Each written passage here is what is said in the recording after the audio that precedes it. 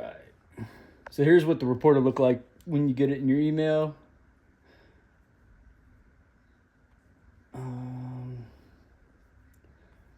And you can click on different areas or over here, and it'll take you to that section to get there quicker. Be 86 pages long. This is a reminder. Drink some water. I did test the washer machine. The clothes dryer had clothes in it. That's all this is stating. And here's just general inspection notes. Safety hazard stuff. It's mainly all basic, like GFCI is not operating and things like that. Here. Oh yeah, I couldn't get one ceiling fan to operate. And it's just saying the lever was broke on a couple of the AC vents. Dining room, same thing. Kitchen. So I couldn't get the water and ice dispenser work on the kitchen freezer. Did have ice inside of it though. And the microwave surface light was not operating. And then I'm just gonna skip over all this and get to the pictures. It's so much easier. The majority of them are just gonna be representation photos. Kitty, stop. Stop. But it'll all look just like this. It'll have a picture, an arrow, and then it'll have... Sorry, cat was drunk. like an uneven slab or a trip hazard. It'll have a little definition underneath. So this right here, just recommended railings on the front porch. And I heard you talking, I think, to one of your relatives about putting a slab right here in front of the steps. It's just saying it has the improper landing. And then railing, and then... So this handrail right here was loose on both sides. I think it could probably just get a couple screws put in and make it tight. But this one over here was good. Some damaged wood. All this stuff is mainly what you already know about. This is just saying that there's dirt in contact with the columns underneath the deck. It does have a little access door down there. But it does have joist hangers installed and everything on the joist. So you got 66 pounds of water pressure. The minimum's 40 and the max is 80. And so you're more towards the upper end where you want to be. And then some of your hose bibs do have the anti-siphon devices, but there's a couple that do not.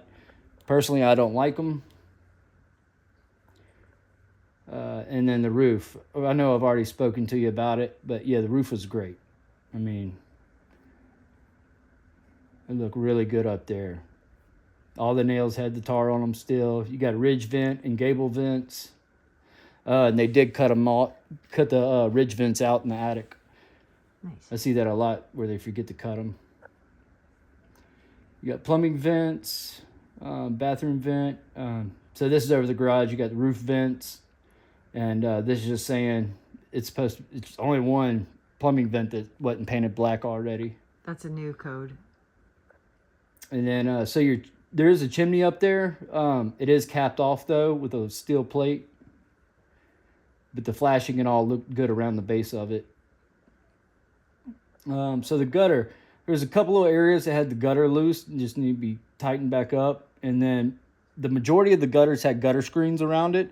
There was a couple of corners that were missing gutter screens, but they do need to be cleaned out around the garage also and at the corners.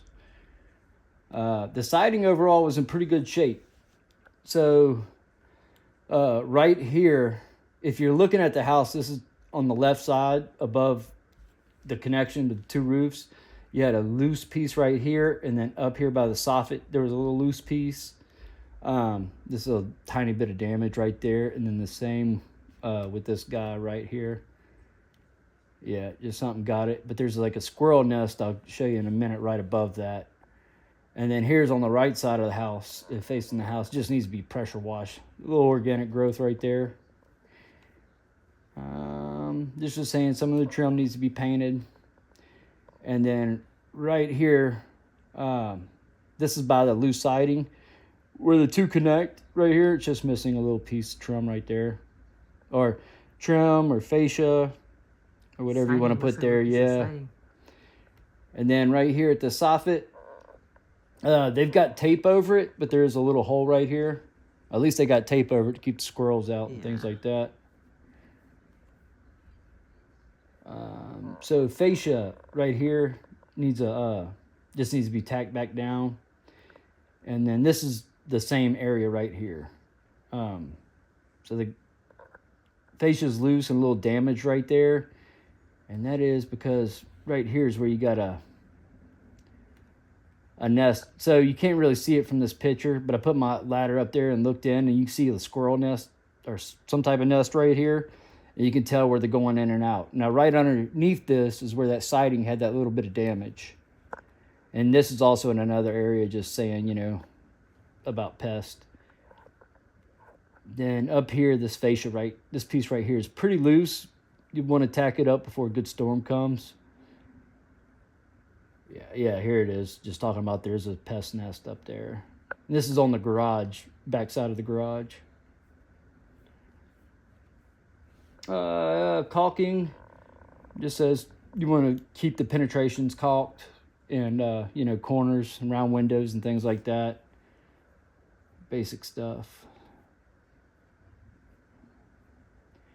So this is broken off the fence right here, and so all the outlets around that fence on the backside all have open grounds, and it does reset at the sub panel in the laundry room is where you reset those outlets. I finally figured it out. And I think it's the bottom left side where the reset is. You'll see the big red test thing for it.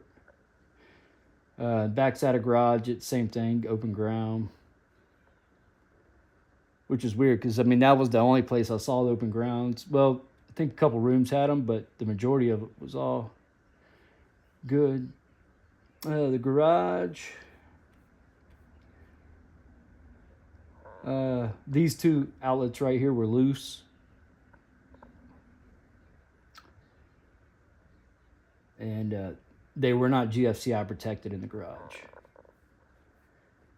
Well, they were on the wall where he's got his tools and stuff. They're GFCI protected, and they reset it the sub panel. It's all the same breaker. But the ones towards the garage door and things like that were not GFCI protected. Is there a spot for like a freezer to go there? Yeah, they do have a refrigerator over there. But not a freezer. Yeah, you could put a freezer there. They've got a washing machine under the steps too. If there was a freezer there, maybe they switched it out so it wasn't They GFCI. may have. Yeah, they may have, because it's weird to see half and half like that.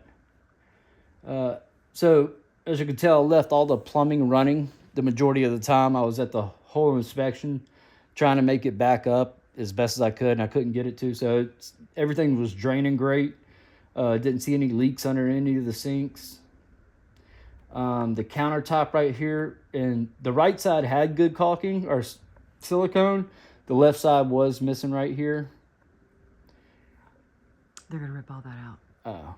We want it to be functional until they rip it out, but they are gonna rip all that out. These are just videos of me draining the sinks and everything. So your bathroom fan was underneath the light right there. Did work. I did have a little bit of organic growth right there, and that's just from the moisture from the bathroom.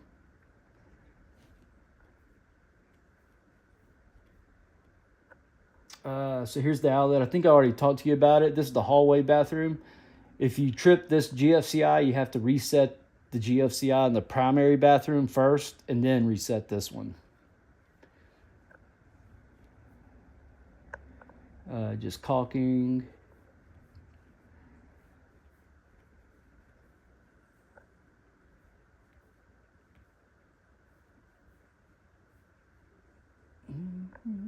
I believe this is the frog. Yeah, the frog sink had flex tubing. Yeah, and it's a straight shot right there. The flex tubing was all the way collapsed down. So if you want to change it out, it'd be very easy. So the countertop and the cabinet right there in the frog bathroom was not attached to the wall properly. You can move the whole thing pretty easy. You just want to secure it to the wall and then caulk around where it attaches to the wall. They didn't do it because of the trim back there. Oh, really? Yeah, look down there. See does it look like there's trim right there? Yeah, I thought they Yeah, I mean, Oh, no, yeah, okay, I yeah, see it. It's cut in. yeah, you can still put a piece Huh. of wood back there and secure it all. Yeah, I wonder why they didn't do that. Well, they may not even realize it, you know. Um, Primary bedroom. It's a big bedroom. Uh, in the closet, there's this crack right here. It looks like where they taped it, which I see that a lot. Um, I could not get the front bedroom ceiling fan to work, and that's the bedroom directly across from the primary bedroom door. It may be on a remote control. I just couldn't find it or either. So Same thing with those two lights in the dining room. I could not find the switch for that. yeah, I got it in the report too that I couldn't figure out how to turn them on. So that front bedroom was missing the two closet doors. They had taken them off. I did not see them in the attic.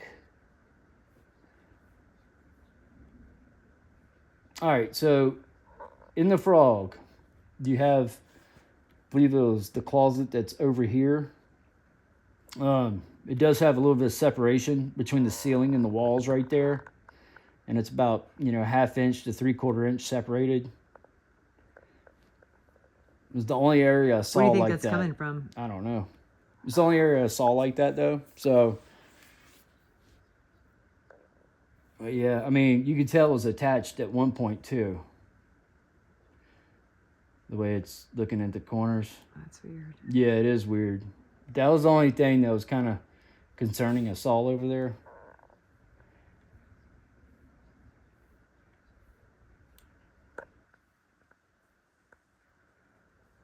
This just saying the handrail does not wrap to the wall. It's a newer thing. I guess women were getting their purses caught up on them when they were going up and down the steps. Now it's a code. No, yeah. Well, I'm not a code guy, but I'm just supposed to tell you about it. And then the lever. On the register. Yeah. And just saying I couldn't find the switch for those two lights.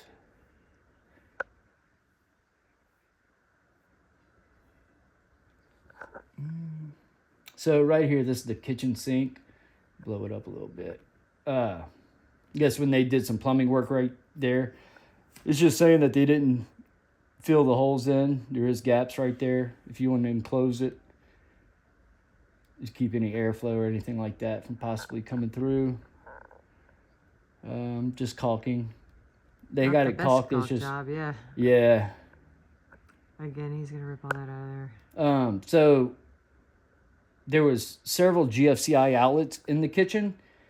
I couldn't get any of them to trip, and the ones that did not have the GFCI outlet were not GFCI protected also. And the outlets look pretty new, which is weird for them not to be tripping. So I really didn't understand what was going on with that. But I would talk to your father. He's an electrical engineer and knows more about this stuff than than any of us. Yeah. This is just a tester I put in to check the seal around the microwave to make sure it worked and the seal was good still. What was that? Microwave surface light? Yeah, right here. I would put an LED in it like we did. Yeah. It's so much better and brighter, yeah. Actually, I have a bunch. If I have a bunch, I could bring him one. Well, that would be nice. Yeah, if I gotta find them though.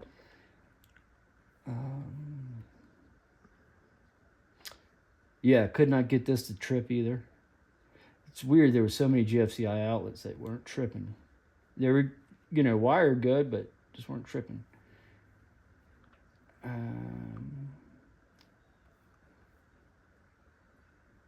Service panel.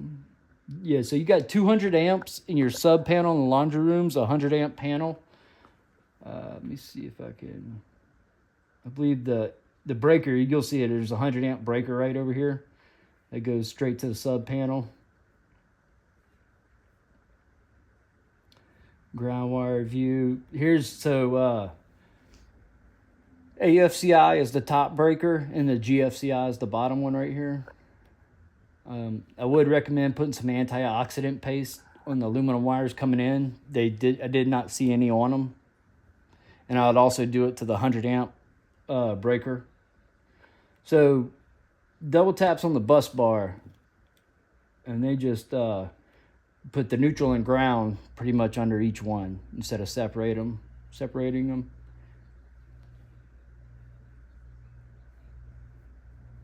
All right, here is the sub panel in the laundry room. This just saying you're supposed to have 36 inches of clearance, and especially supposed to have at least 6 feet between any potential water source, and that's just letting you know it's within Very 6 close. feet of the sink. Yeah. So here's the breaker on the main panel. That's 100 going to the sub panel. Just showing you the amperage.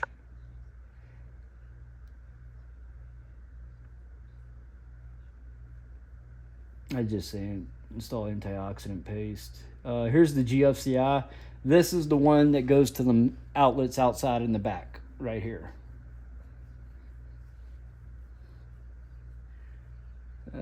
Same couple double taps, neutral and ground. Main water shutoff. It's out there towards the front of your yard, opposite side from the driveway.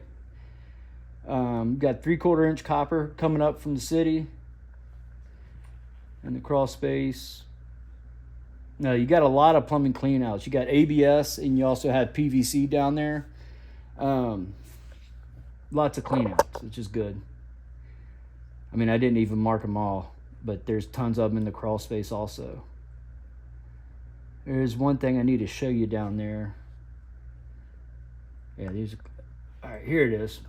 So I believe this is underneath the hallway bathroom. It might be primary because they're pretty close down there. Actually, I think it is the primary. So it looks like they had a pipe running through here at one point, and then they cut it off. They did not cap it, so you want to get a cap over it. Now there's no water coming out of it.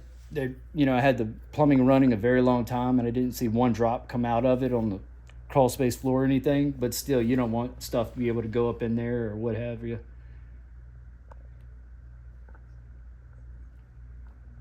I mean, the plumbing is updated. What was the other picture? Plumbing clean out. Ah, okay. Yeah. I saw the red. I was like, what was I missed that? Well, I mean, I know they know what a plumbing clean out is, but some people are clueless about everything. That's all right. It's 50 gallons. Let's see, it was a 2012. So it looks like they had taken the covers off to turn it up at one point, but it was still at like 107, which is close to what original factory settings are usually at. I would recommend turning it up to 120. Anything below 120, you risk building a bacteria up in your tank. Exterior heat pump. Now, it was a 2006, which kind of blew my mind because, I mean, I looked at the coils and they look decent. They could have had the compressor done on it. Yeah, well, you can still read the data tag. I mean, granted, it's towards the house, but still, I mean, it doesn't look like a 2006 data tag, it looks like it's still decent. And of course, I could not test the AC because it was so cold outside. You want to at least wait 72 hours, but after it gets below 60 degrees before swapping it over to AC and heat. The heat did work fine on both units. Well, the other one was a mini split. I mean, it wasn't completely level, but it wasn't. It was a little off, but it wasn't bad at all.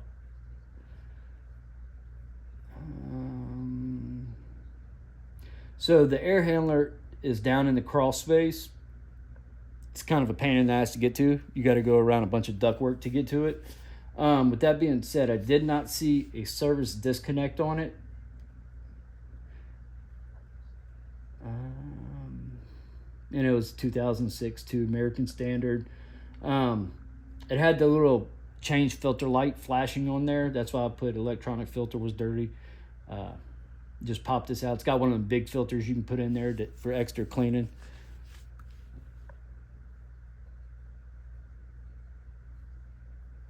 All right. So here is the attic and the frog. Holy cow. Oh, there's so much attic space.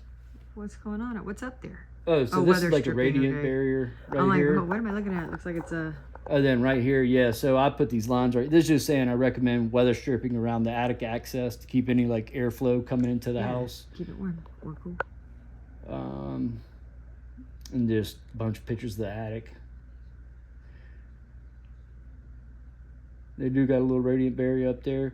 So here is that little door that's in the closet in the frog. Little small, it's like 2x1 door. And it had this little thing, I took it off. But you could actually make it more storage in there if you wanted.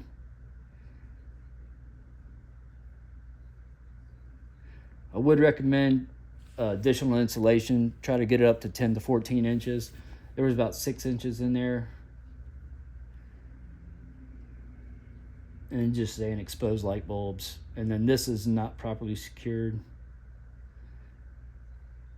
And the one that's not properly secured is in the frog.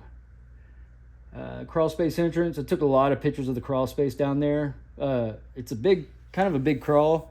And so I went around the whole border, then went through the middle to get to the air handler. Yeah, I wanted to make sure nothing was leaking at all. I heard you tapping and tapping and tapping. Yeah, I wanted to check on some things, but it is encapsulated. They do have a dehumidifier down there. They do have a sump pump down there, and they also have a big box fan that's down there running at all times. They got all the things.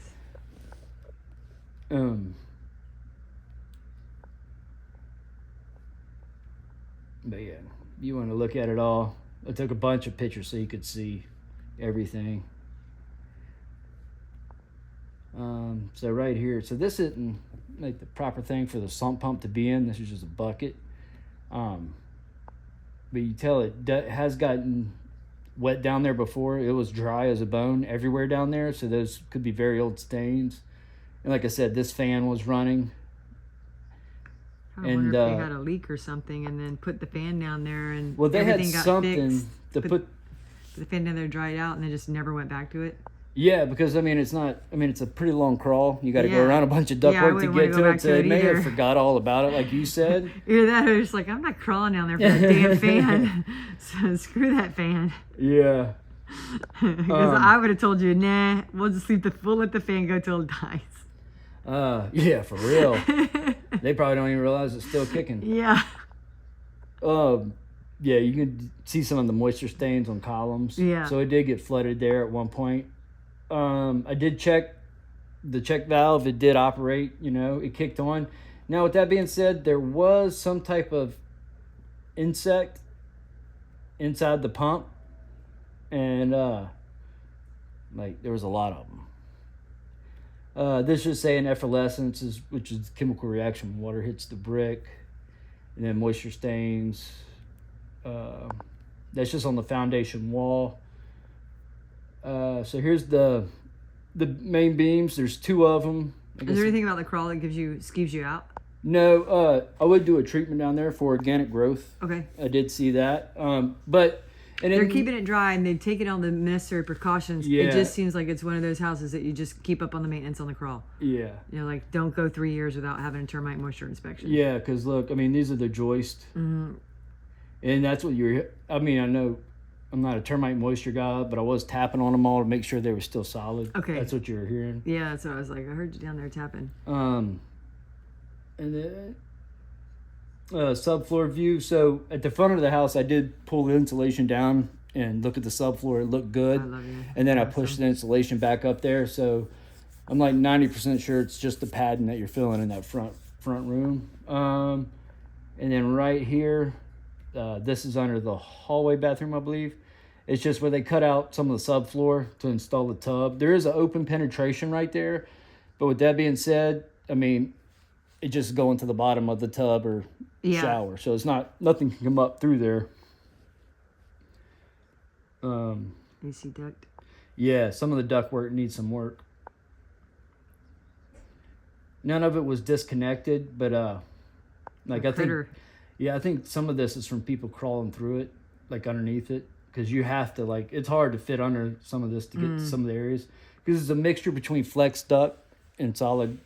So the flex is easy to go around, but not the other stuff. And this is just saying a couple pieces of insulation is hanging down or missing. So here I am. I'm checking the check valve. On the sump pump, let me see if I can zoom in right here. What is that? It's like cookware. No, this is the sump pump. That's in the crawl. That's yeah. crazy. And you can't see it. It's these tiny little, like, almost like worms or larvae or something. There was thousands and thousands of them on there. I don't know if this will play on here. Bet you a little bit of bleach would get rid of that. Yeah. I mean, it's just right there on the pump. But I did pull the valve up. It did kick on like it was supposed to. And here's a video of me doing that. Dehumidifier. Just recommend you get it serviced every now and then. We just saw one that was incredibly dirty. So dirty, in fact. Oh my God. Really? Tori, you're the one that inspected that house. Oh, yeah. So when you get in the crawl, there is a light switch. You kick it on. It doesn't light up the whole place, but it does like turn on enough light right there, dehumidifier, where you can get to it good.